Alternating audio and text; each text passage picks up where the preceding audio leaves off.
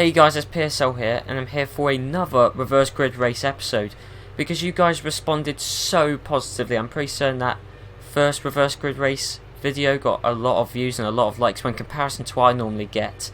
I think it even matched kind of some of my F1 Manager videos. It was that good in terms of views, at least from what I remember anyway. But I know you responded quite positively to it, so I'm doing a second pilot episode. The last one was a pilot episode, and now this is another pilot episode. And if you guys like this, then I will make this into a proper series where I go through the entire calendar, add up the points and see which driver gets the most points, wins the championship if it was reverse qualifying. It's the same premise. It's still a 20% race, because obviously if you do a 100% race, the field will normalise out. So 20% is long enough for people to overtake the cars in front of them, but not too long so that the field normalises out anyway. It's light rain because rain does spice things up a bit, and if I'm going to do this series in the future, I'm going to have it the same weather as it was in real life. And we're at Monza now, the complete opposite to the first episode, which was at, well, I wouldn't really say episode, but the first video of this series, which was at Monaco. We were at Monaco at heavy rain. Now this is Monza in light rain conditions. So basically it's going to be different, because when I actually do Monza, if I do a series out of this, I will have it bone dry as it was in real life. So I don't want to get the results already, let's put it that way. So we've got light rain, which should spice things up. And yeah, I'm not even going to bother making predictions, because last time I did for the last video and they were all just shot to pieces come the end.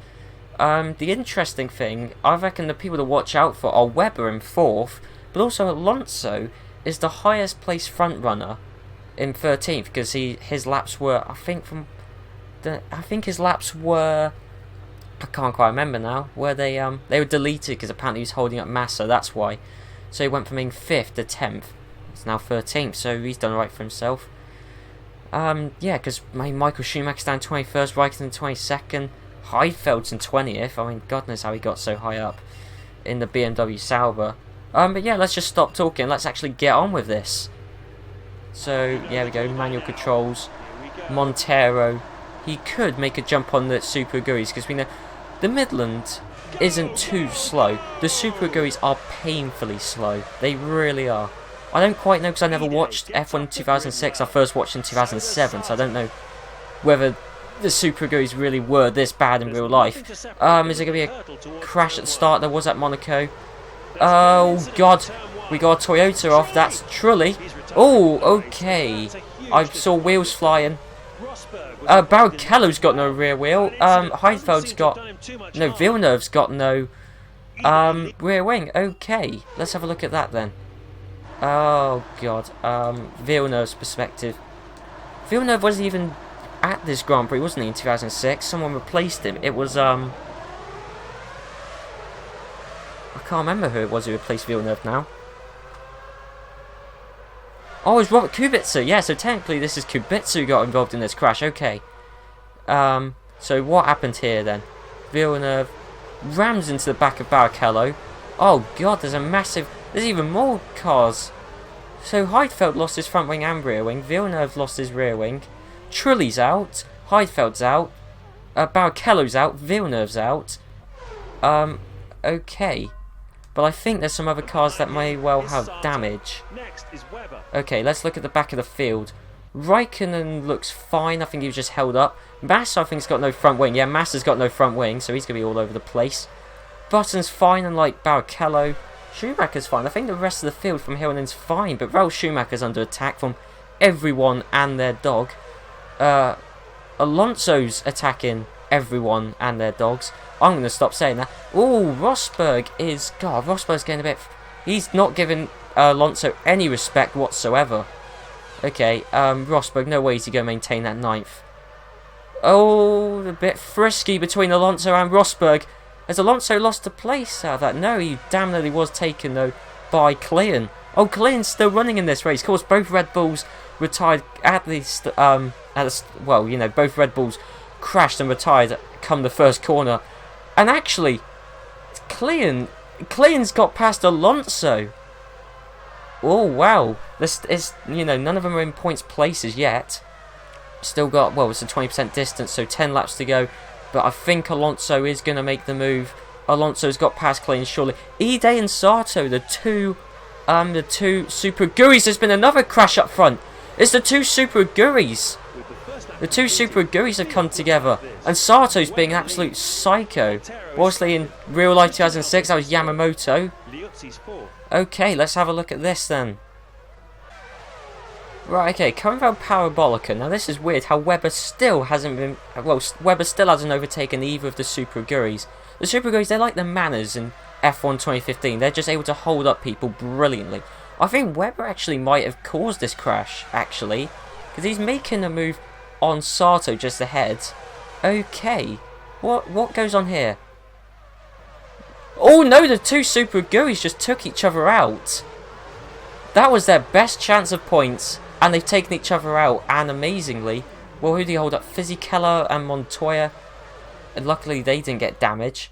So two Super Guris are running in first and second. That was the best, you know, that was the highest running they were ever going to run. Well, you know, that's the highest they were ever going to run. And, you know, and they blew it. They blew it. They took each other out. Sato took out Ide. That's weird. I'm surprised it's not the other way round.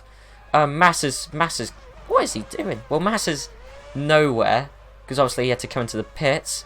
Has Sato got damage? I don't think so. What about, where's Ide in all of this? Ide's in 12th. Okay, Ide's not going to get points.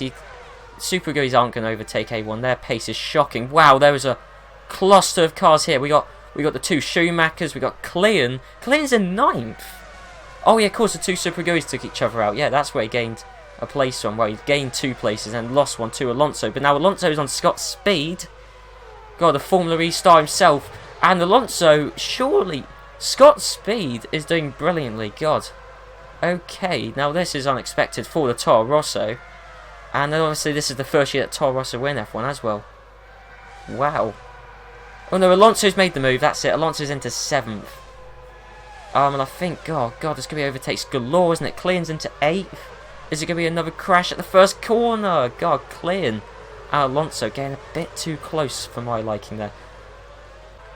Oh, Liuzzi and Rosberg, they've either coming together and they've slowed each other down. They're locking wheels, I think. Either that or they've sustained damage. But that's allowed Clean and Alonso to go straight through. Right, I believe Ide must have retired at some point because there's only 17 cars left and Sato's still in it, but Ide isn't. Now, I think he must have retired a while ago because I couldn't find anything, so... Yeah, because look, there's Sato in 16th, still ahead of Massa. Because Massa and Sato at the minute are kind of running their own races, to be honest, they're nowhere near anyone.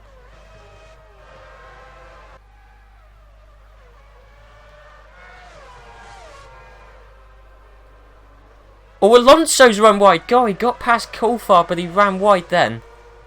Okay, wow. So Alonso has just made it into 3rd. He damn nearly binned it, though. And he's in 3rd. And Montero and Webber are still battling it out. And the problem is what Webber should have done early on in the race is he should have just used the performance of his Williams to just pull away, because he knew that eventually he's going to be hounded by Alonso and Schumacher. And he just can't do it. Montero keeps on repassing him, and now Alonso's getting involved in this scrap. Okay, the Super Aguri is that bad that Sato has now been passed by Massa. So Massa lost his front wing on the first lap, came into the pit, and is still ahead of Sato. Grand Prix so far. That last lap was a 1:27. Oh, Alonso, try and make the most dive bomb move you possibly could. Wow, okay. He's still in 3rd, but Schumacher's hounding him. Michael Schumacher's going to be right on his tail soon, so Alonso, for his sake, needs to go into 1st. But the thing I find weird about this series, and this is why it's so good, because it's so unpredictable, is Alonso goes into 2nd, does he? No, Webber's got it back. Against all odds, Webber has got it back, although, oh my God, this is sheer battling between Alonso and Webber, but I think surely Alonso's got it. So now, Montero is the only person stopping Alonso from winning this race, apart from an oncoming Michael Schumacher. But the thing I find weird is how Michael Schumacher started in 21st, yet he's in 4th. Fisichella started in about 13th, wasn't it? 13th, 14th, but he's in 6th.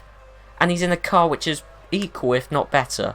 So I don't really quite understand. That's the thing, that series is so unpredictable, how Schumacher can start several places further back, but still end up 2 ahead of Fisichella. And Alonso's got past Montero. I didn't see that, but Alonso's won this race. I don't really see how anyone can catch him unless Montero. I mean, Montero's been making moves on Webber all race. Can he make one on Alonso? Well, he's catching up, considering he's only got a Toyota engine. He's just... that's it. Alonso's gone into the distance now, but actually, he was closer than you'd expect. And I don't see how Webber is still behind Montero. I don't get it. But Schumacher's in 4th.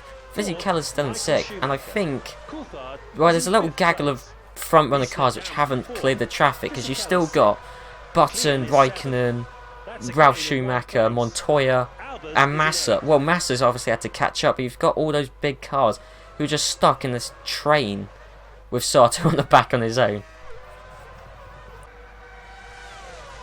We're coming down to the first chicane, and Button and Rosberg are battling again, so Button's got past Rosberg, obviously using the Honda's speed, and Rosberg has defended the place again. Oh no, Button's got it.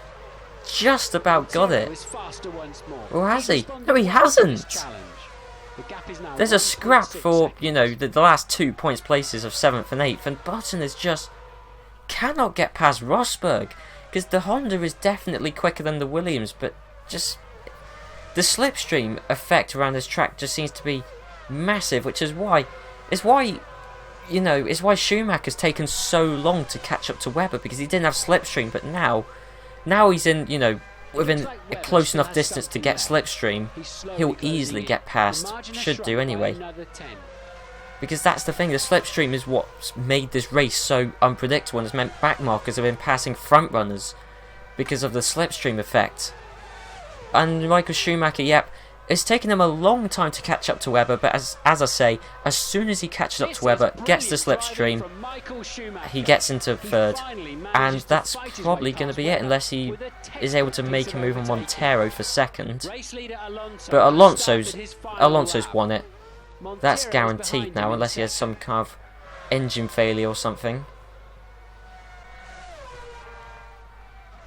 Oh, Michael is being very aggressive for 2nd place. Did anyone ever expect this? Michael Schumacher and the Ferrari battling directly on track with the Midland of Montero. Did anyone expect that before today's race? Well, Alonso is going to come through to win comfortably, but I'm more interested in the battle for 2nd. I don't think Schumacher's got it, and the Tifosi aren't going to like that. Well, I don't think Schumacher's got it. He's done well coming from 21st, but I don't think he's got it. Or has he? He's done it! Schumacher, against all odds, just about on the line, did it. Webber's in 4th, Fisichella in 5th. Klein is going to take 6th. That's pretty decent for the Red Bull, actually. Button in 7th, and Raikkonen in the final points in 8th, with Rosberg. Oh, Rosberg slipped down to 9th in the end. Massa in 11th, done very well considering he had to go into the pits. And then there's Liuzzi. Ralf Schumacher's not done very well. Then there's Albers. I think Speed might have just have got past Albers on the line. And then Sato. Is he even going to finish before the results come up? Maybe, just about. Oh, he's crawled across the line. Well, I'm gonna talk over Martin again. Look at that, a 10th between Schumacher and Montero. It's just like the F1 Manager episode. I've just recorded the Hockenheim F1 Manager episode. I don't know whether this is coming out after. I think it is, actually. I have no idea when this video is coming out. But it's just like that. Overtakes on the line. Fisichella and Webber finished with the exact same time. You know, they were both 9.76 seconds behind Alonso. Wow, that was a close finish. Klein in 6th. Raikkonen came 22nd to 8th. Isn't bad, but considering Schumacher was only 1 place in front of him. Oh, Coulthard was the car who retired. I never saw what happened to him. Oh, that's quite shocking. But anyway, I hope you enjoyed this video. You know, much like the Monaco one that came out a few weeks ago. And be sure to leave a like, a comment, you know, whether you think I should make this into a series where I'll do custom tables, and at the end of each race I'll add up the points, you know, and actually see who would have won the championship if it was, you know, if it was reverse qualifying results, you know, and that's how the grid lined up. So see if it really would have been Alonso who won in 2006, or whether it could be Sato or Ide, I don't know. But yeah, if you want this reverse grid race to be a whole season, leave that in the comments, leave a like so I know that, you know, you definitely want this.